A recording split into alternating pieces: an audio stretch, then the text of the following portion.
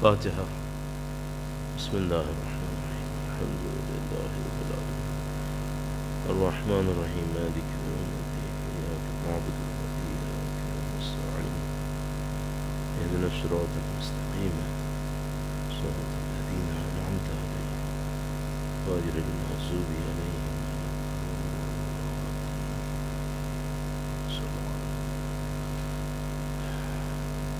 وقت کے امام کے حضور ادائے احترام کے لیے، ان کی نظر لطف کو حاصل کرنے کے لیے ایک بار پھر درود بھیجے گا۔ محمد و آل محمد، صلی علی محمد آل محمد وعجل فرجہ۔ اعوذ باللہ من الشیطان الرجیم، بسم اللہ الرحمن الرحیم، الحمد للہ رب العالمین، والصلاة والسلام علی سید الانبیاء والمرسلین، حبیب الہ العالمین ابی القاسم محمد، اللہم صلی علی محمد آل محمد وعجل فرجہ، وعلی آلہ الطیبین الطاہرین، سیما بقیت اللہ فی الارضین۔ قال اللہ تعالی فی کتابہ الکریم، بسم اللہ الرحمن الرحیم، ام حسبت ان اصحاب الكهف والرقیم كانوا من آیاتنا عجبا۔ درود بھیجے گا۔ محمد و آل محمد، صلی علی محمد آل محمد وعجل فرجہ۔ لطف خدا ہے، خدا تعالیٰ کا انتہائی کرم ہے، انتہائی احسان ہے۔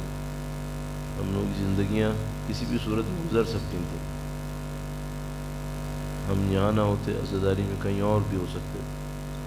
یہ خدا کا لطف و کرم ہوا، احسان ہوا کہ اس نے ہمیں سید الشہداء کی فرش عزا پہ بیٹھنا نصیب کیا۔ اور اب یہ حقیقت ہے کیا، وہ تو ہم بھی نہیں جانتے۔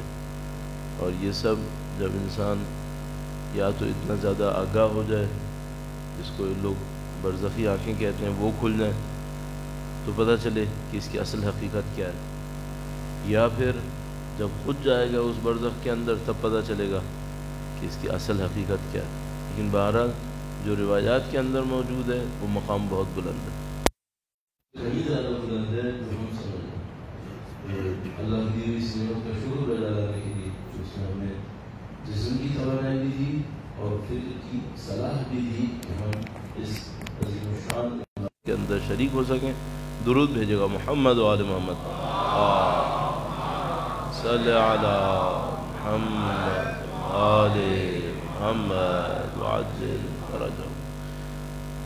کل آپ کی خدمت میں صراط مستقیم کے حوالے سے کچھ فرائض پیش کیے تھے، اور اس میں جو ہم نے ہدف رکھا تھا وہ یہ کہ یعنی بات کو منتقل کرنے کے لیے جو پوائنٹ رکھا تھا وہ پل صراط کو رکھا تھا۔ تو بھئی پل صراط کیا ہو سکتا ہے، اور پل صراط کے اوپر تھوڑا سا غور کرتے ہوئے پھر ہم نے سوچا اس صراط مستقیم کیا ہو سکتی ہے۔ بعد میں اس بات کو احساس کر رہا تھا کہ یہ جو لفظ ہے پل صراط، شاید جہاں تک میرا خیال ہے عربی میں ہماری روایات کے اندر پل نہیں آیا۔ ہمارے پاس جو عربی میں روایات میں آیا ہے وہ الصراط ہے، بس راستہ، الصراط۔ روایات کے اندر مثلا عربی میں مثلا جسر کہتے ہیں پل کو، تو مجھے نہیں یاد، میں نے کسی روایت میں اندر دیکھا ہو کہ مثلا ایک روایت ہے کہ ہماری محبت کہاں کہاں کام آئے گی، تو اس میں مثلا صراط لکھا ہے، اس صراط پہ کام آئے گی، لیکن نہیں لکھا جسر الصراط، پل صراط پہ کام آئے گی۔ تو یہ الصراط کا لفظ تھا عربی میں، اس کو پل صراط کیوں بنایا ہم نے؟ شاید اس وجہ سے کہ صراط کا مطلب تھا راستہ، اور شاید مثال کے طور پر صحیح کنوے نہیں ہو پا رہا ہوگا، یا ممکن ہے کوئی ایک روایت ہو کہیں پہ۔ تو کل میرے ذہن میں یہ بات آئی کہ یہ بھی آپ کی خدمت میں عرض کرتا چلوں کہ زیادہ تر روایات جس میں پل صراط کا تذکرہ موجود ہے اس میں پل نہیں لکھا ہوا، اس میں صرف الصراط لکھا ہوا، اور اس وقت یہ ایک ایکسپیکٹ ہے جو ہمارے پاس ہے، اس کی ڈسکرپشن کو دیکھتے ہیں صراط کیا ہے، اس کا جو ڈسکرپشن تھا اس کو دیکھتے ہوئے ہم نے ترجمہ کیا، تو اس کو پورے صراط کی صورت میں کیا، مطلب فارسی میں بھی ایسے ہی ہے، فارسی میں بھی اس کو پورے صراط ہی کہا ہے۔ تو یہ ایک پوائنٹ عرض کرتا چلوں۔ اب یہ کہ صراط مستقیم کے حوالے سے ایک بات اور ہے جو آج ہمیں عرض کرنی ہے، درود بھیجے گا محمد و آل محمد،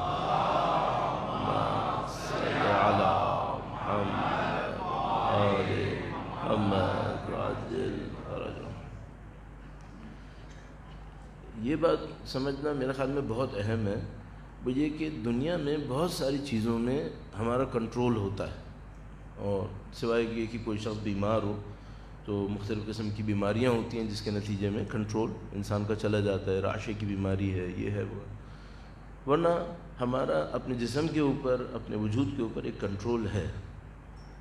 لیکن آپ نے کبھی دیکھا ہوگا کہ ہم کوئی خواب دیکھ رہے ہوتے ہیں، اور خواب دیکھنے میں کوئی سین آتا ہے، اس سین میں ہم نے کچھ کیا ہوتا ہے جو ہم نہیں کرنا چاہ رہے ہوتے، کیا وہاں ہمارا کنٹرول ہوتا ہے؟ نہیں، وہاں نہیں ہوتا، جبکہ خواب کس کے دماغ میں چل رہا ہے؟ میرے دماغ میں چل رہا ہے، اور وہ خواب میں اپنے آپ کو دیکھ رہا ہوں، صحیح ہے، دماغ میرا ہے، میں اپنے آپ کو دیکھ رہا ہوں۔ تو انسان اپنے آپ کو چاہتا ہے یا نہیں چاہتا ہے؟ اپنے آپ کو چاہتا ہے۔ تو اگر انسان اپنے آپ کو چاہتا ہے اور خواب بھی اسی کے دماغ میں ہے، تو یہ اپنے اس خواب کو تبدیل کیوں نہیں کر لیتا؟ تو وہاں پہ ہیلپ لیس ہوتا ہے، وہ دیکھتا ہے کہ نہیں، کنٹرول میرے ہاتھ میں نہیں ہے۔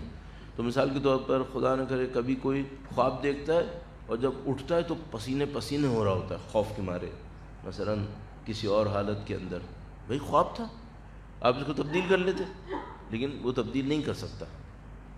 شاید یہ منظر برزخ کا ہے،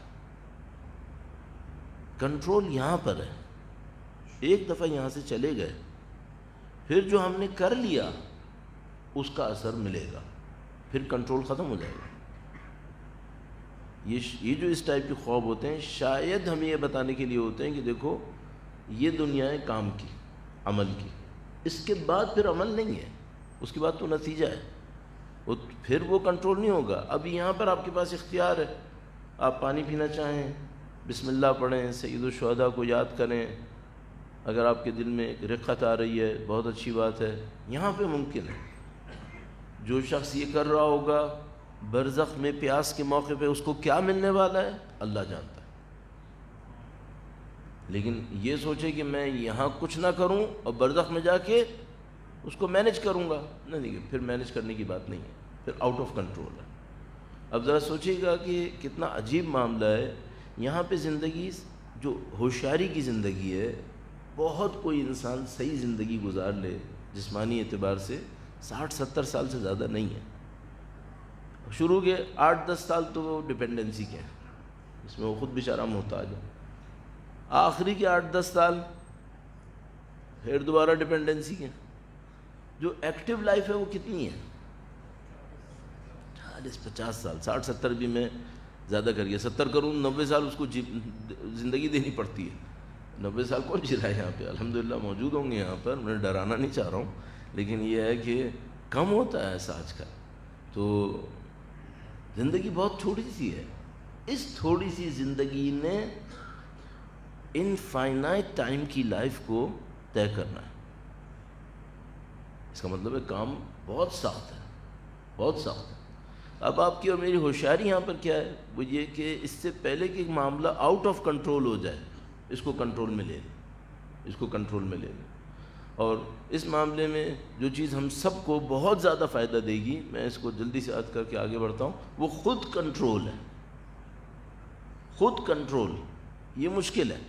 آج کل کی زندگی میں بہت سارے ایلیمنٹس ایسے ہیں جو ہم سے ہمارا کنٹرول لے رہے ہیں، اور ان میں سے بہت خطرناک ایک چیز میوزک ہے، ہر طرف ہے، کوئی جگہ بچی نہیں ہے۔ اور اس کے نتیجے میں اور بہت سارے اور ایلیمنٹس ہیں، جو کھانے ہم کھا رہے ہیں اور جو بیہیویئرز ہمارے پاس ہیں۔ مثلا میں خود دیکھتا ہوں وہ یہ کہ بہت مشکل ہوتا ہے کہ ایک آدمی 2-3 منٹ کے لیے کہیں خالی بیٹھا ہو اور موبائل نہ نکالے۔ صحیح ہے؟ اس کا مطلب کیا ہے؟ اس کا مطلب یہ کہ کنٹرول 2 منٹ کے برابر بھی اپنے ہاتھ میں نہیں ہے۔ اچھا، اسی طریقے سے آپ مختلف چیزوں کو اپنے اندر مشاہدہ کریں گے، نوٹ کریں گے، وہ یہ کہ کوئی نہ کوئی جسم کا عضو مسلسل ہل رہا ہے۔ کیوں؟ آپ ہلا رہے ہیں؟ نہیں، آؤٹ آف کنٹرول ہے۔ اسی طرح بہت ساری چیزیں ہیں، آپ تھوڑا تھوڑا نوٹ کرنا شروع کر دیں تو آپ حیران رہ جائیں گے کس طرح۔ اب میں ہر چیز کو نہیں بولوں ورنہ لوگ کہیں گے پتہ نہیں ہمیں تو نہیں کہہ رہے، تو آپ ان کو نوٹ کیجئے گا، تو پھر آپ دیکھیں گے کہ معاملہ بہت عجیب ہے۔ اچھا، ہم لوگ جو ممبر پہ بیٹھتے ہیں، ہم لوگوں کو یہ بہت جھیلنا پڑتا ہے۔ مثلا اگر مثال کے طور پر پاؤں لٹکائے بیٹھے ہیں، پاؤں میں درد بھی ہو رہا ہے، تو اب آپ ایک خاص اینگل کے علاوہ اپنا پاؤں رکھ نہیں سکتے، کیونکہ اگر اس کے علاوہ آپ نے رکھا تو پھر لوگ اس کو اچھا نہیں سمجھیں گے۔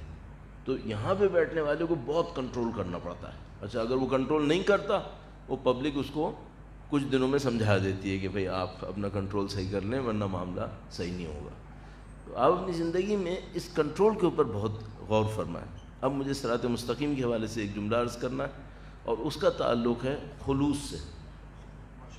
خلوص اور صراط مستقیم، ان کو کیسے ایک دوسرے کے ساتھ دیکھا جائے؟ درود بھیجے گا محمد و آل محمد، صلی علی محمد آل محمد وعجل فرجہ۔ اچھا، یہ ہم نے شروع سے سنا ہے مسلسل کہ جب شیطان کا معاملہ ہوا اور خدا تعالیٰ کے سامنے شیطان نے دعوے کیے، تو یہ بات طے ہوئی کہ وہ اللہ کے مخلص بندوں کو وہ گمراہ نہیں کر پائے گا، اللہ کے مخلص بندوں کو نہیں گمراہ کر سکے گا۔ اچھا، ایک آپ نے یہ بھی شاید غور کیا ہو کہ مخلصین ہے، مخلصین نہیں ہے، مخلصین۔ تو یہ جو مخلصین ہیں، یہ کون لوگ ہیں؟ یہ کیوں گمراہ نہیں ہو پا رہے؟ تو ان کے اندر وہ جو خلوص ہے، وہ خلوص ہے کیا؟ ٹھیک ہے۔ اچھا، یہ کی پوائنٹ کیوں ہے؟ یہ وہ کی پوائنٹ ہے جس سے آپ پروٹیکٹ ہوں گے شیطان کے مقابلے میں۔ تو اگر وہ خلوص میرے اور آپ کے اندر آ جائے تو ہم شیطان کے مقابلے میں بچ گئے۔ شیطان کے مقابلے میں بچنے کا مطلب کیا ہے؟ آدھی گمراہی کم از کم ختم ہو گئی۔ ایک اندر ہماری مشکل چل رہی ہے، ایک ہمارا نفس، ایک باہر مشکل چل رہی ہے، عدو مبین شیطان۔ تو اگر باہر والے کو ہم نپٹانے میں کامیاب ہو گئے خلوص کی وجہ سے، تو یہ سمجھ لیں میجر پرابلم تو آپ کی میری سالو ہو گئی۔ یہ جو خلوص ہے، یہ ہے کیا چیز؟ ٹھیک ہے، اب یہ خلوص بہت سادہ سی تعریف یا انڈرسٹینڈنگ ہے ہماری، اس کے بارے میں اس کو بھی دیکھ لیتے ہیں۔ ہم لوگ کب کہتے ہیں کہ اس آدمی کے اندر یا میں نے یہ کام خلوص سے انجام دیا ہے؟ صحیح۔ تو جب مثال کے طور پر آپ سے ہم سے کوئی یہ کہتے ہیں کہ بھائی آپ نے یہ کام کس نیت سے کیا ہے، تو آپ فوراً کہیں گے مثال کے طور پر کہ بھائی پورے خلوص سے کیا۔ خلوص کا مطلب کیا ہے؟ خالص۔ ٹھیک ہے، خالص کا مطلب کیا ہے؟ یعنی ایک کور چیز ہے اس کے اندر، ٹھیک ہے، اس کور میں کوئی ملاوٹ نہیں ہوئی بھی۔ مثلا اگر سونا خالص ہے تو اس کا مطلب کیا ہے؟ اس کا مطلب ہے اس میں لوہا نہیں ہے۔ صحیح ہے، تو مثال کے طور پر جو بھی میٹل ہے وہ خالص ہے، تو اس کا مطلب یہ اس کے علاوہ ہاں ایک اور بات بھی ہے، اس سے بہتر کوئی چیز ہونا مسئلہ نہیں ہے، اس سے کم نہیں ہونی چاہیے۔ اگر سونا خالص ہے تو سونے سے سستی دھات کوئی مکس نہیں ہونی چاہیے، لیکن اگر سونے سے بڑھ کر کوئی چیز آ جائے نا، وہ پرابلم نہیں ہے اتنی، سامنے والا شاید اتنا برا نہیں مانے گا، ٹھیک ہے، لیکن بہرحال بعض جگہوں پہ برا مانے گا جہاں اس کو واقعاً گولڈ چاہیے ہوگا۔ اس کو ہم خلوص کہتے ہیں۔ تو اب میں خلوص کے اوپر محنت کیسے کروں؟ خلوص پہ محنت اس طرح سے کروں کہ میں جو بھی کام کر رہا ہوں اس کے اندر یہ سوچنے کی کوشش کروں کہ یہ خدا کے لیے تھا یا نہیں تھا۔ سادہ ترین باتیں جو ہم لوگ بچپن سے سنتے آ رہے ہیں۔ اچھا، اگر کوئی شخص اس کام کو بار بار کرے اور زندگی میں اس کام کی مہارت پہ آ جائے، مثلا اس نے پرخلوص ایک کام کیا اور ایک اور کام کیا، ایک اور کام کیا، پرخلوص کام کرتا چلا گیا، اب کیا ہونے والا ہے؟ ایک تو آخرت میں اس کو جزا ملے گی، ٹھیک ہے، یہاں پہ کیا ہونے والا ہے اس کو ذرا دیکھیے گا، درود بھیجے گا محمد و آل محمد، اللہم صلی علی محمد و آل محمد وعجل فرجہ۔ اب اس میں چونکہ ہم نے سونے کی مثال دی ہے تو اب تو کام بہت آسان ہے۔ سونے کا خلوص کیا ہے؟ سونے سے پست کوئی چیز اس کے اندر نہیں ہونی چاہیے۔ انسان کا خلوص کیا ہے؟ ہاں، ایک تو خلوص نیت کا تھا کہ خدا کے علاوہ کسی کے لیے نہ کرے۔ خود انسان کا خلوص کیا ہے؟ اس پہ توجہ دینی چاہیے۔ انسان کیا ہے؟ انسان بندگی کے لیے خلق ہونے والی ایک مخلوق، ما خلقت الجن والانس الا لیعبدون، جن و انس کو بس اس لیے خلق کیا کہ ہماری بندگی کرے۔ عبادت کا معاملہ صرف نہیں ہے اٹھک بیٹھک اور تسبیحات، نہیں، بندگی، فل ٹائم جاب، 24 گھنٹے، 7 ہفتے کے دن اور 12 مہینے اور پوری زندگی بندگی کرے۔ صحیح، یہ جو انسان کی نیچر ہے اس میں خلوص کیا ہے؟ سونے کا خلوص ہمیں ذہن میں ہے، انسانیت کا خلوص کیا ہے؟ انسانیت کا خلوص اس کے اوپر اور توجہ دینے سے سمجھ میں آتا ہے۔ وہ کیا؟ انی جاعل فی الارض خلیفۃ، خدا تعالیٰ نے فرمایا ہم نے زمین میں اپنا جانشین بنایا۔ صحیح، یہ جو جانشین ہے، جانشین ہونے کے ناطے اس کا خلوص کیا ہوگا؟ ہم مجھے ڈیلیور کرنا ہے اس کو، اس کا خلوص یہ ہوگا کہ یہ اپنے اندر خدا کے سوا کوئی صفت نہ آنے دے۔ انسان ہے، نیچر کیا ہے اس کی؟ ما خلقت الجن والانس الا لیعبدون، بندگی کرے۔ انسان ہونے کے ناطے میرا خلوص سونے کی طرح کیا ہے؟ بندہ بنو، بندہ بنو۔ اچھا، نیت پہ خلوص تھا وہ تو میں نے عرض کر دیا۔ بندگی کا خلوص کیا ہے؟ بندگی کا خلوص یہ ہے کہ بندہ وہ کرے جو اس کے مالک نے کہا ہے۔ بندہ اپنے آقا کی صفتوں کو اپنے اندر لے کر آئے، جو اس کا آقا چاہتا ہے کہ وہ لے کر آئے۔ مثلا اس کے آقا نے اس کے سامنے خلوص حاصل کرنے کے لیے جو لائن آف ایکشن رکھا ہے وہ کیا ہے؟ وہ ہے 99 نام۔ خدا نے انسان کو اپنے 99 نام دے کر پرخلوص رہنے کی ہدایت دی ہے۔ اگر تم پرخلوص رہے شیطان تمہارا کچھ نہیں بگاڑ پائے گا۔ وہ پرخلوص کیا ہے؟ پرخلوص ایک نیت کے اندر ہے جو ابھی عرض ہوا، اور ایک پرخلوص یہ ہے کہ وہ اپنے اندر ایسی کوئی صفت نہ آنے دے جو خدائی صفتوں سے ہٹ کر ہوتی ہیں۔ مثلا خدا رحمان رحیم ہے، اگر یہ سنگ دل ہوا نہیں، پھر یہ رحمان و رحیم نہیں ہے۔ تو کیا مطلب ہے؟ اس کے خلوص میں کمی آ گئی۔ خدا صادق و صدیق ہے، اور اگر یہ سچا نہیں ہوا تو اس کے خلوص میں کمی آ گئی۔ خدا کے 99 نام ہمارے سامنے ہیں جو ہمارے اندر آ سکیں، وہ اگر ہمارے اندر آ رہے ہیں تو ہم پرخلوص ہیں۔ ہم اگر اس خلوص پر آ رہے ہیں اب شیطان کچھ نہیں بگاڑ سکتا، اور اگر وہ خلوص نہیں ہے ہمارے اندر تو جتنا ہم اس خلوص سے نیچے آئے ہیں اتنا ہی شیطان کی بندگی میں گئے ہیں۔ اب شیطان کے پاس گراؤنڈ ہے، اب گراؤنڈ ہے اس کے پاس۔ درود بھیجے گا محمد و آل محمد، صلی علی محمد آل محمد۔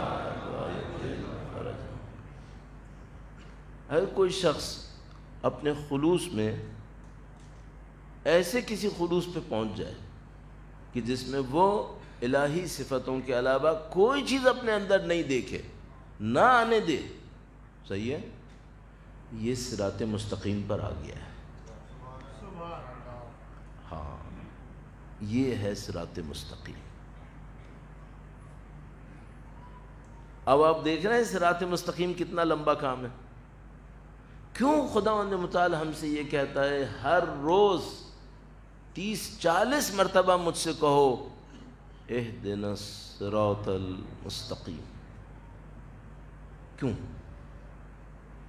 یہ صراط مستقیم ہے کہ آپ اور میں اپنے اندر سے ہر قسم کی ناپاکی جو غیر خدائی کلرز ہوتے ہیں، ایک قرآن کریم نے فرمایا صبغۃ اللہ، صبغہ کہتے ہیں کلر کو، ویسے تو پینٹ کو بھی کہتے ہیں شاید، تو کلر یا پینٹ کو کہتے ہیں صبغہ، صبغۃ اللہ، اللہ کا رنگ، صحیح ہے۔ تو یہ جو بندہ خدا ہے یہ صبغۃ اللہ کے لیے خلق ہوا ہے۔ اگر یہ صبغۃ اللہ کو ہی اپنے اندر رکھے پرخلوص، یہ صراط مستقیم پر ہے، اور اگر یہ غیر صبغۃ اللہ کو اپنے اندر لائے، یہ صراط مستقیم سے دور ہے، اس کے خلوص میں کمی ہے، اس پہ شیطان کے حملوں کا چانس بہت زیادہ ہے۔ اور یہ وہ ٹاسک ہے جو خدا ہم سے کہتا ہے کہ تم نے ہر روز اس پہ محنت کرنی ہے کہ تم صراط مستقیم پہ باقی رہو، اپنے خلوص کے اوپر باقی رہو۔ البتہ اس خلوص کو جو صفتوں میں ہے حاصل کرنے کا راستہ نیت کا خلوص ہے، صحیح ہے۔ اب سب چیزیں کنیکٹ ہو رہی ہیں نا، ایک صراط مستقیم ہے، ایک انتہائی پرخلوص انسان، اور ابھی میں ذرا سا اور عرض کروں گا۔ صراط مستقیم ایک ایسا اسٹیٹس ہے جس پہ ایک انتہائی پرخلوص انسان کھڑا ہے۔ پرخلوص انسان نیت کے خلوص والا نہیں، کوالٹیز کے خلوص والا۔ ایسی کوئی کوالٹی اس کے اندر نہیں ہے جو غیر الہی ہو، صرف الہی کوالٹیز اس کے اندر ہے۔ تو یہ صراط مستقیم کے اوپر ہے۔ یہ اس مقام پہ کیسے پہنچا ہے؟ اس نے نیت کے خلوص پہ محنت کی ہے۔ جب اس نے نیت کے خلوص پہ محنت کی تو خدا نے اس کو صفتوں کا خلوص دیا، صفتوں کے خلوص کے نتیجے میں یہ صراط مستقیم کے اوپر جاری ہوا۔ اب جب کہ یہ صراط مستقیم پہ جاری ہوا، اب کیا ہوگا؟ وہ ایک اور علیحدہ مرحلہ شروع ہو گیا کہ خدا نے متعال فرماتا ہے وَجَعَلْنَا لَهُ نُورًا يَمْشِي بِهِ فِي النَّاسِ، ہم اس کے لیے ایسا نور قرار دیں گے کہ یہ اس نور کی روشنی میں چلتا رہے گا، اب اسے کوئی شیطان ہاتھ نہیں لگا سکتا، صحیح۔ اب یہاں پہ ایک معاملہ تھا، وہ یہ کہ بعض اوقات ہم لوگ اپنی کتابوں میں کوئی ایسی چیز پڑھ لیتے ہیں جس کی ہمیں بھی کوئی خبر نہیں ہوتی، ہمیں بھی پتہ نہیں ہوتا ہے کیا، لیکن لفظ پڑھ کے بیٹھ جاتے ہیں، لفظ پڑھ کے بیٹھ جاتے ہیں۔ تو یہاں کے بعد میں نے چند لفظ پڑھے ہیں یہاں کے آنے کے بعد، اب میں جلدی سے وہ 2-3 لفظ آپ کی خدمت میں عرض کر دیتا ہوں، اور اس کی مجھے بھی خبر نہیں ہے کہ یہ ہے کیا، لیکن چونکہ میں نے پڑھا ہوا ہے تو میں بھی اپنی جیسے کہہ رہے ہیں کہ ایک مزے کے لیے کہ بالآخر میں نے ایک محنت کی ہے کہیں تو بولوں اس کو، تو وہ میں آپ کی خدمت میں عرض کر دیتا ہوں۔ درود بھیجے گا محمد و آل محمد پر، صلی علی محمد۔ تو میرے جیسا ایک انسان سب سے پہلے تو اس پہ کام کرے گا کہ میری نیت خالص ہو، پرخلوص نیت کے ساتھ کام کرنا شروع کرے گا۔ تو پہلے اس کی نیت میں کھوٹ آئے گا، دکھاوے کے لیے کر لیا، پیسے کے لیے کر لیا، شہرت کے لیے کر لیا، تو وہ اس کو ختم کرنا شروع کرے گا کہ نہیں مجھے اس کے لیے نہیں کرنا ہے، اس کے لیے نہیں کرنا ہے، صرف خدا کے لیے کرنا ہے، اپنی تسلی کے لیے بھی نہیں کرنا ہے، اپنی تسلی کے لیے بھی نہیں کرنا ہے۔ تو آیت اللہ العظمی مراشی نجفی جہاں تک مجھے یاد آتا ہے اپنی وصیت نامے میں ایک جگہ پہ لکھتے ہیں کہ آخری عمر تک آتے آتے مجھے نماز پڑھنے میں اتنا مزہ آتا تھا کہ میں اپنے آپ سے پوچھتا تھا کہ نماز میں بندگی کے لیے پڑھ رہا ہوں یا مزے کے لیے پڑھ رہا ہوں، تو بہتر ہے کہ میری آخری چند سالوں کی نمازیں قضا ادا کر دی جائے، تاکہ اگر اس میں کوئی غلطی ہو گئی ہو تو میں بخشوا دیا جاؤں گا۔ تو خلوص کے اوپر کام کرے گا، نیت کے خلوص پہ کام کرے گا کہ مجھے مثلا دنیا کے لیے نہیں کرنا، اس کے لیے نہیں، آہستہ آہستہ خلوص پہ کام کرنے کے نتیجے میں اس میں صفت کا خلوص آنا شروع ہوگا۔ جب اس میں صفت کا خلوص آئے گا اور ہر غیر الہی صفت کو وہ رد کرتا چلا جائے گا، صحیح ہے۔ اب مثال کے طور پر پہلے بھی ایک دو مثالیں عرض کی، مثلا نفرت الہی صفت ہے؟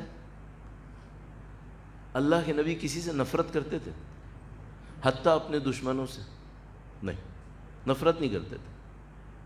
سزا بھی دیتے تھے تو محبت میں ہی دیتے تھے، صحیح۔ یہ بری صفتیں، وہ تمام صفتوں کو کاٹتا ہوا پرخلوص الہی رنگ کے اوپر پہنچ جاتا ہے۔ اس کے بعد کیا کرتا ہے؟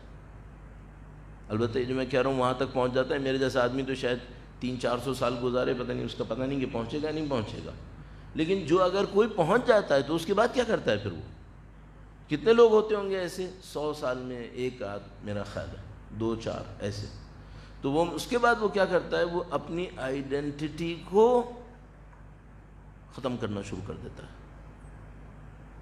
یعنی پہلے وہ اس کو ختم کرتا ہے کہ کوئی صفت میرے اندر غیر الہی نہ ہو، پرخلوص ہو گیا، صراط مستقیم پہ آ گیا تو رک گیا؟ نہیں، رکتا نہیں، اور چلتا ہے۔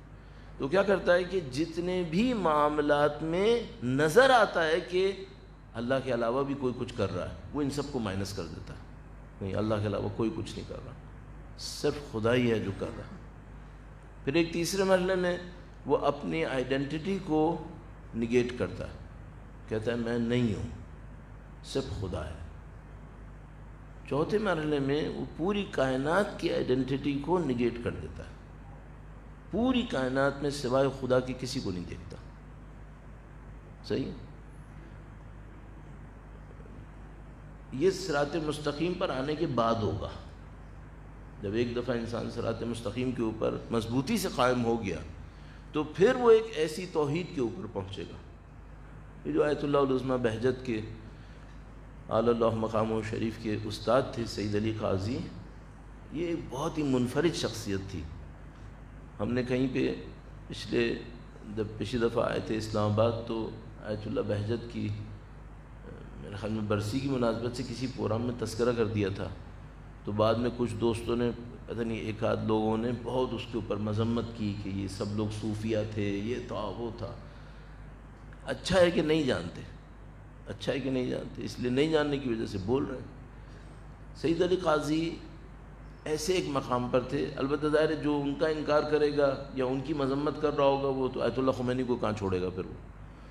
سید علی قاضی ایک ایسی جگہ پر تھے کہ آیت اللہ خمینی جو خود بہت بڑے عارف تھے، انہوں نے یہ کہا تھا کہ علی قاضی توحید کا پہاڑ تھے،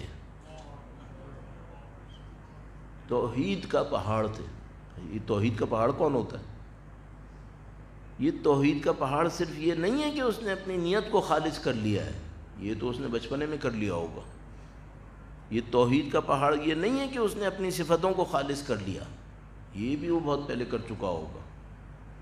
یہ توحید کا پہاڑ کیا ہے؟ پوری کائنات سے ہر چیز کو ختم کر کے صرف خدا کو دیکھتا ہے، توحید کا پہاڑ وہاں پر ہے۔ اور ایسی ہستیاں کئی 100 سال میں ایک آدھی آتی ہیں۔ یہ اسٹیج کون سا ہوگا؟ میں بلا وجہ میں اس کے اوپر عرض کر رہا ہوں، بلا وجہ میں میرا دل چاہ رہا ہے اس لیے عرض کر رہا ہوں۔ میرا خیال ہے مثلا اگر ہم اپنے طور پہ سوچیں، ابھی ہم اس دنیا کے اندر ہیں، یہاں دھوکہ ہوتا ہے ہمیں یا نہیں ہوتا؟ خدا ہر جگہ نظر آتا ہے؟ نہیں۔ کوئی ذرا سی میری مشکل ہو جائے گی، میں غیر خدا کے سامنے جوتے چاٹنے کو تیار ہو جاتا ہوں، ہر غلط کام کرنے کو تیار ہو جاتا ہوں۔ یہاں تو نظر نہیں آ رہا۔ اچھا، یہاں سے تھوڑا آگے بڑھے، اب آ گیا برزخ، وہاں اس ٹائپ کا دھوکہ ہوگا؟ نہیں، اس ٹائپ کا دھوکہ برزخ میں نہیں۔ آخرت کے کسی مرحلے کے اندر دھوکہ نہیں ہے، دھوکہ نہیں ہے کم از کم، یہ دھوکہ یہاں کی دنیا ہے۔ آگے جائیں گے دھوکہ نہیں ہے، قرب خدا آخری مرحلے کا برزخ میں نہیں۔ برزخ کے بعد آئے گی بات محشر، آخری مرحلہ محشر ہے، نہیں. پھر بات آئے گی صراط، یہ آخری مرحلہ ہے؟ نہیں. اس کے بعد اچھوں کے لیے جنت. جنت ایک لیول ہے؟ نہیں. کتنے لیول ہیں؟ ہزاروں لاکھوں. اس کا کوئی آخری مرحلہ ہوگا جہاں پہ توحید کا پہاڑ کھڑا ہے. اور علی قاضی اس دنیا میں رہتے ہوئے وہاں تھے. اللہ اکبر. علی قاضی اس دنیا میں رہتے ہوئے وہ توحید کا پہاڑ تھے. درود بھیجے گا محمد و آل محمد پر.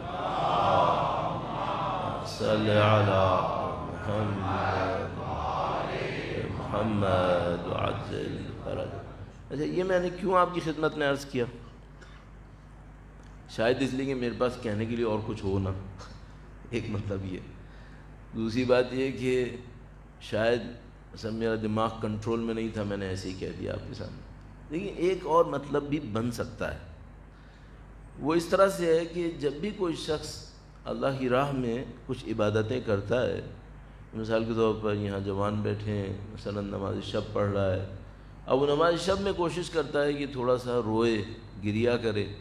کسی دن گریا آتا ہے، کسی دن آنسو نہیں آتے. وہ بیچارہ زور لگا رہا ہوتا ہے کہ یار ایک دو آنسو تو نکل جائیں، نہیں آ رہے ہوتے. اچھا، ایک دن وہ کامیاب ہو گیا، مثلا بڑی زبردست اس نے ایک دعائے کمیل پڑھ لی. آج جمعے کا دن تھا، وقت کے امام کے نام سے منسوب ہے. امام کے سامنے ادائے احترام کے لیے، ان کے ظہور کی تعجیل کی دعا کے لیے درود بھیجیں محمد و آل محمد. صلی علی محمد وعجل فرج. خدا انشاءاللہ بحق نبی، بحق علی، بحق سیدہ طاہرہ، بحق اولادہم آپ کی ہماری تمام مشکلات کو حل فرمائے. انشاءاللہ ہمیں اللہ کے راستے پر چلنے میں مزید استقامت نصیب فرمائے. انشاءاللہ قبولیت دعا کے لیے درود بھیجے محمد و آل محمد. صلی علی محمد آل محمد وعجل فرج. تو وہ ہمارا جوان دوست، اس نے نیا سیکھا کہ بھئی مثلا دعائیں پڑھتے ہیں تو اس میں اگر آنسو بہیں تو اچھا ہوتا ہے. تو پہلے تو وہ دیکھتا تھا کہ لوگ دعائیں پڑھ رہے ہیں، ادھر ادھر بھی دیکھ رہے ہیں. مثلا ایک جوشن کبیر چل رہی ہے، ایک پانی کے اوپر اس نے پھونک ماری اور ایک گرہ لگائی اور یہ سب چل رہا ہے. پھر اس کو پتہ چلا کہ نہیں بھائی، دعائیں ایسے نہیں پڑھتے، دعاؤں میں تھوڑا توجہ دینی ہوتی ہے، تھوڑا گریا ہوتا ہے. تو اس نے مثال کے طور پر ایک دعائے کمیل پڑھی، اس میں تھوڑا گریا ہوا، وہ خوش ہوا. پھر وہ صبح جمعہ اٹھا اور اس نے ایک نماز شب پڑھی، اس میں ٹھیک ٹھاک گریا کر لیا.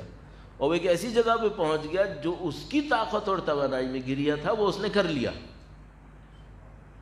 اچانک پیچھے سے شیطان کہے گا اچھا پھر کیا ہوا، اب کیا ہوا. اچھا، اگر اس بیچارے کو نہ پتا ہو کہ اب کیا ہونا ہے، سمجھ لو یہاں پہ گیا معاملہ. کئی مہینے پیچھے آئے گا یہ. اور یہ آلموسٹ سب کے ساتھ ہوتا ہے، سب کے ساتھ تقریباً ہوتا ہے. دو تین چیزیں مجھے سمجھ میں آئی ہیں، تقریباً سب کے ساتھ ہو رہی ہیں. کچھ بتاتے ہیں کہتے ہیں، کچھ نہیں بتاتے نہیں کہتے. یہ بھی بہت لوگوں کے ساتھ ہوتا ہے. تو اب اس کا حل کیا ہے؟ اس کا حل یہ ہے کہ اس کو پہلے سے بتا دیا جائے کہ بیٹا اس کے بعد یہ ہونا ہے.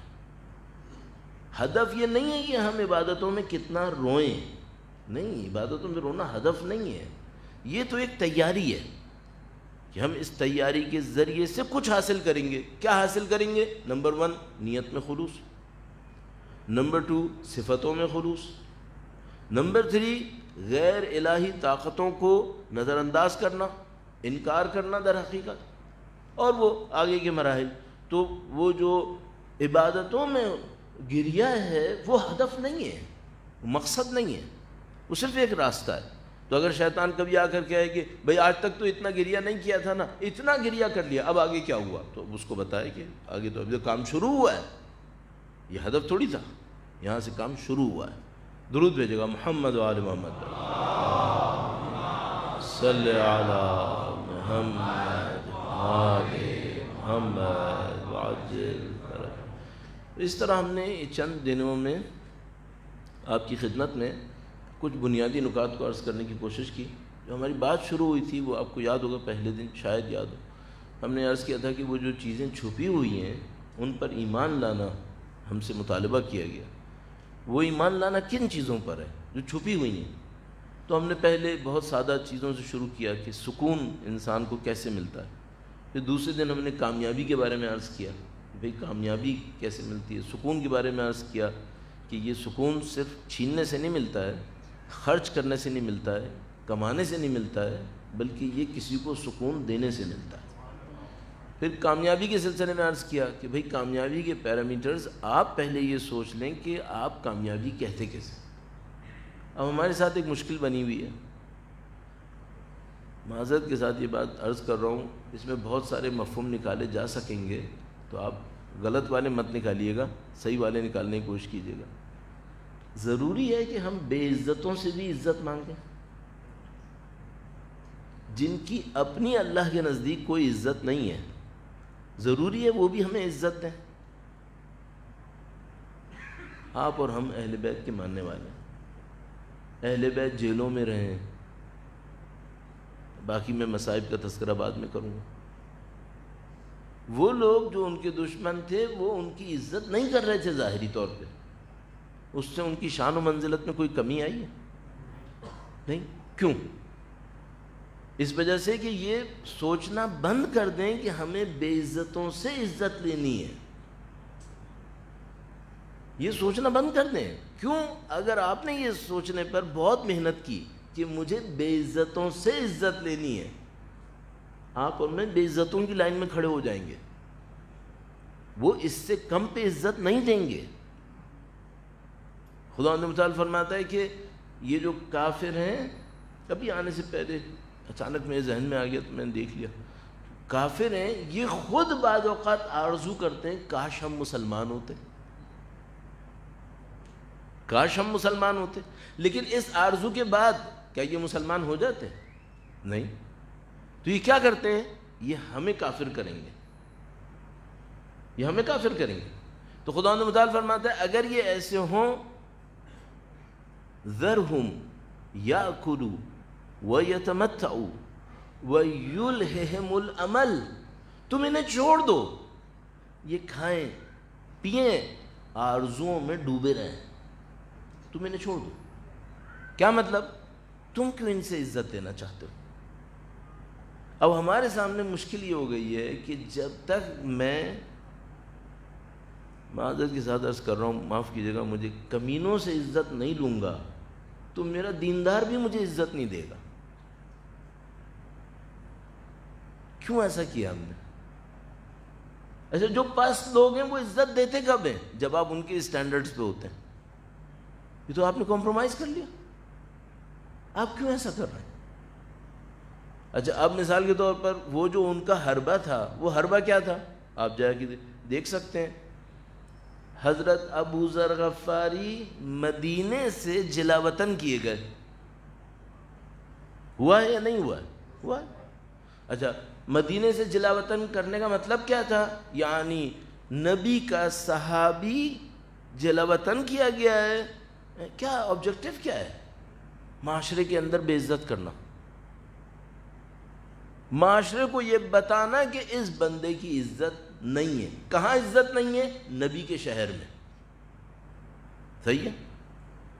ہر بات یہی ہے کہ وہ اپنے انسٹرومنٹس کو استعمال کرتے ہیں، انسٹرومنٹس کو استعمال کرنے کے بعد جو صاحبان عزت ہیں انہیں بے عزت کرتے ہیں اپنی دانش میں. یہ جو وہ سرائے کربلا کو بازاروں میں لائے، کیوں لائے تھے؟ ان کو نہیں پتا تھا پبلک ری ایکشن آئے گا.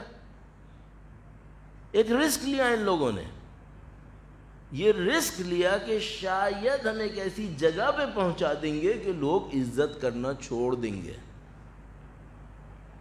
اس کو میں کئی دفعہ پہلے عرض کر چکا ہوں، اب اس کی انالیسس میں نہیں جاؤں گا. یہ ان کا پوائنٹ تھا. حضرت ابو ذر غفاری کو کیوں جلا وطن کیا؟ حدیث نہیں تھی ان کے لیے؟ کیا تھی؟ پھر بھی جلا وطن کیا. کیوں؟ شاید لوگ یہ سوچیں کہ ابو ذر کا کوئی مقام نہیں ہے. اگر مقام ہوتا تو نبی کے شہر سے کیوں جلا وطن ہوا؟ اتنا سختی کی اس معاملے کے اندر کہ جب وہ جلا وطن کیے گئے اور ان کو مدینے سے باہر بھیج رہے تھے تو سب کو منع کر دیا کہ کوئی خدا حافظ کرنے نہ آئے.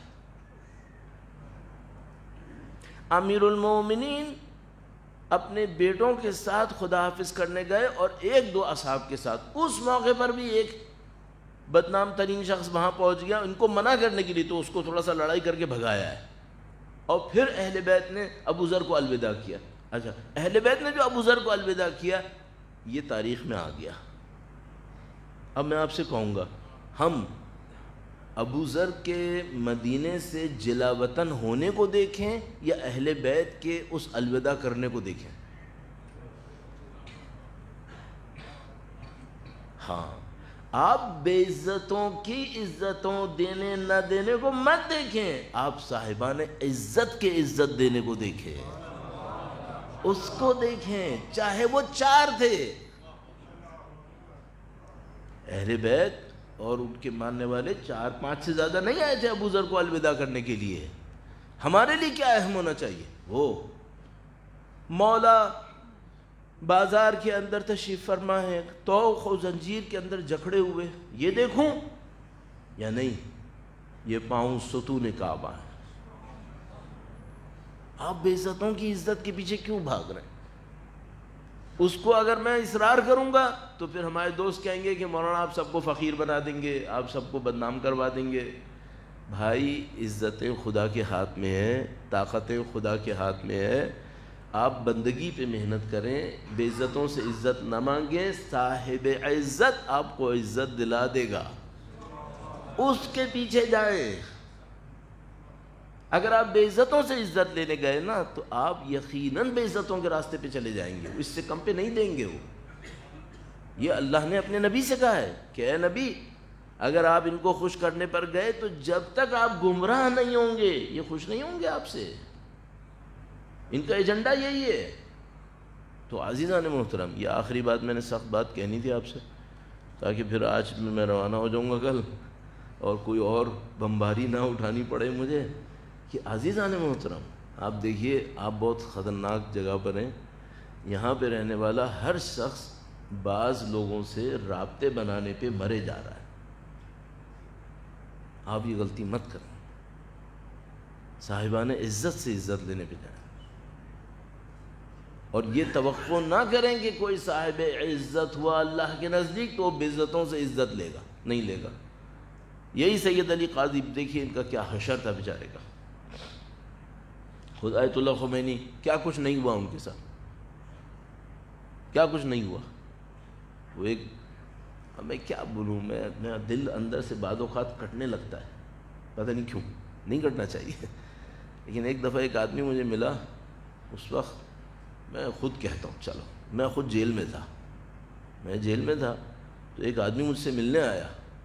تو وہ بھی بہت اچھا آدمی تھا، اہل سنت میں سے تھا، اور کسی دوست کے ریفرنس سے آیا تھا تسلی دینے کے لیے، دلاسا دینے کے لیے. وہ خود بھی کسی بہت بڑے جیل کا جیلر تھا.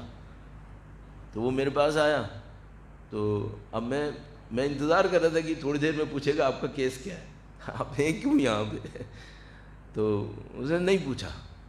جب تھوڑی دیر بات ہو گئی، اچھے ماحول میں باتیں ہوئیں، اس نے کہا کہ مولانا آپ سوچ رہے ہوں گے کہ میں نے نہیں پوچھا کہ کیس کیا ہے. نہیں، ہاں میں سوچ رہا ہوں، معذرت چاہتا ہوں، تھوڑا سا غور کیجیے گا. ٹائم میرا ختم ہو گیا ہے اور مولانا تشریف لانے والے ہوں گے یا لا چکے ہوں گے، لیکن اس کے اوپر غور کیجیے گا. بڑی عجیب ایک نقطہ اس نے مجھے کہا، میرے طبق روشن کر دی. اس نے مجھ سے کہنے لگا کہ مولانا کیا ہوا ہوگا، ان عدالتوں نے آپ کے اوپر کوئی حکم لگایا ہوگا، زیادہ سے زیادہ کیا لگایا ہوگا کہ آپ قاتل ہیں، 24 سال قید، زیادہ سے زیادہ یہی ہوا ہوگا. میں کہ نہیں، یہ نہیں ہوا ہے. کہنے لگا بھائی زیادہ سے زیادہ یہی ہوا ہوگا نا. ہاں ایسی کچھ ہوتا ہے.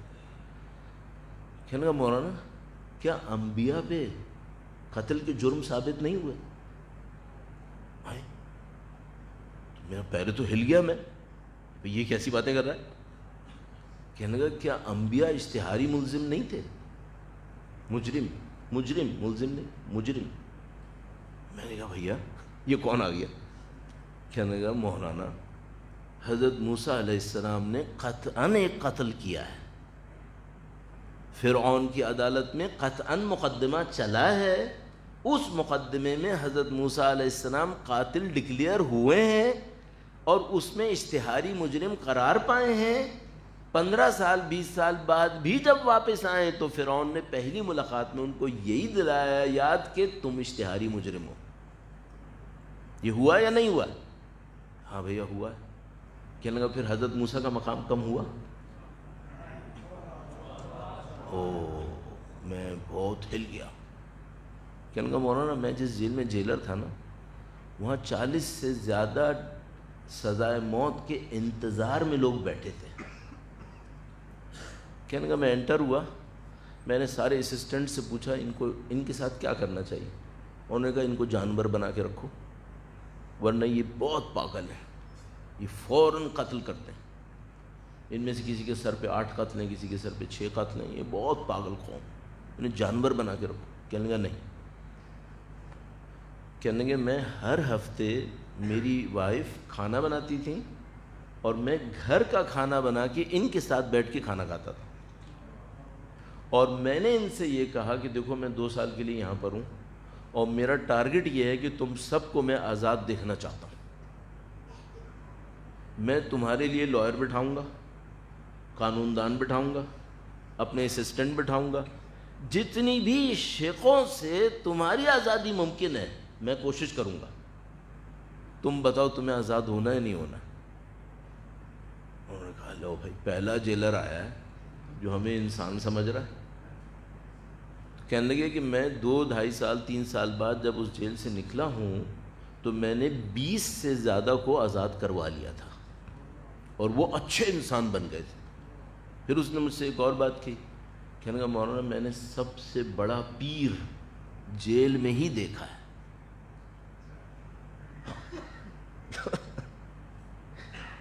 بھائی یہ دنیا بڑی عجیب ہے۔ اب میں آپ سے ایک بات پوچھتا ہوں، سن 61 ہجرہ میں سب سے بڑا اس کے لفظوں میں پیر جیل میں نہیں تھا؟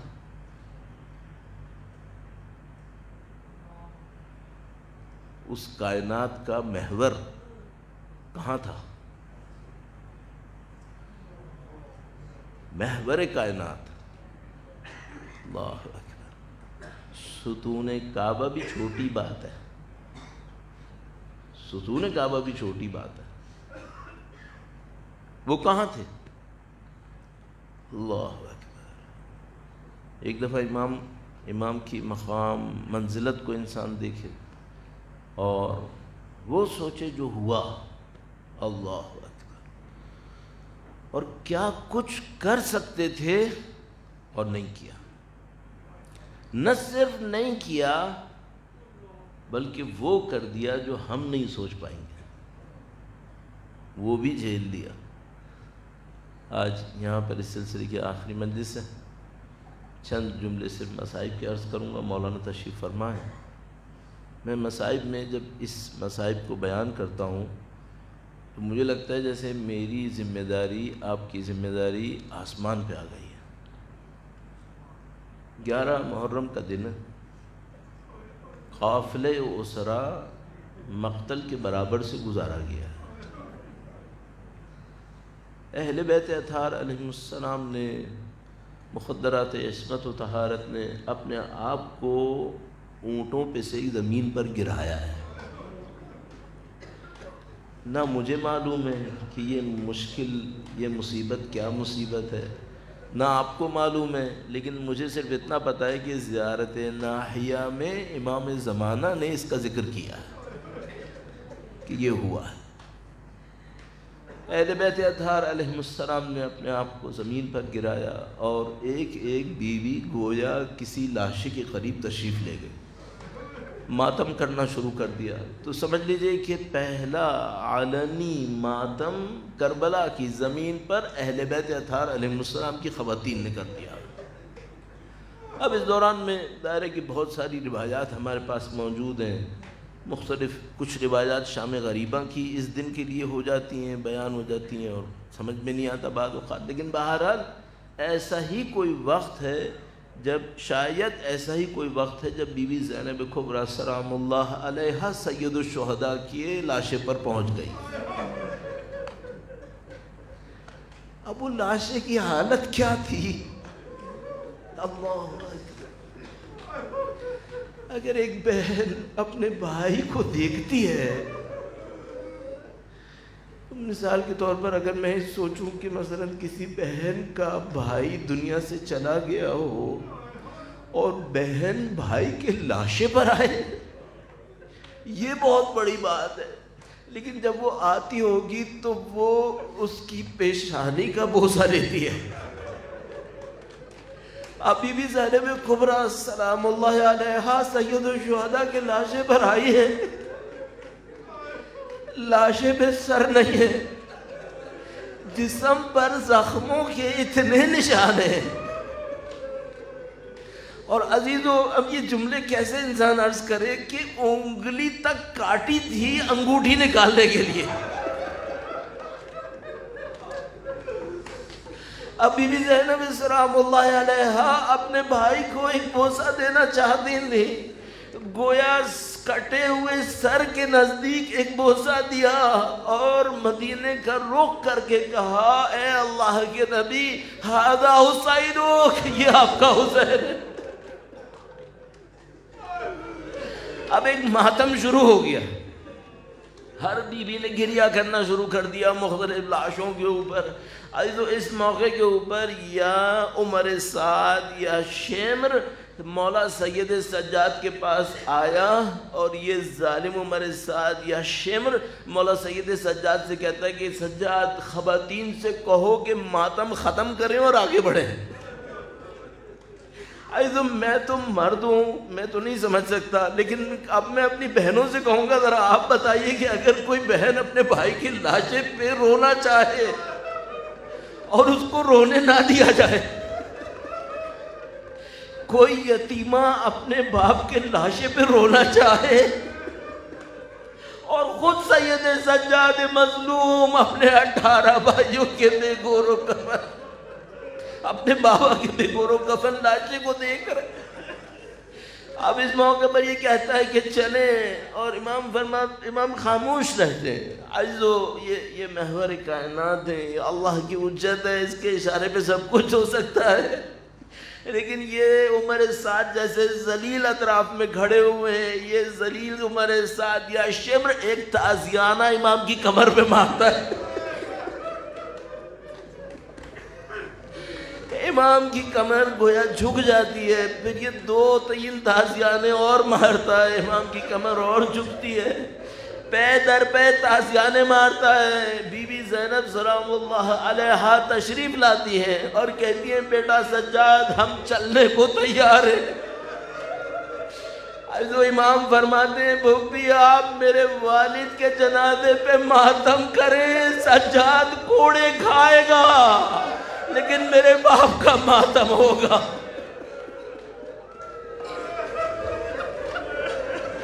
آپ اور ہم بہت بڑی ذمہ داری لے چکے اپنے کندھوں پر، ہمارے اس گریوں کے لیے امام سجاد نے کوڑے کھائے۔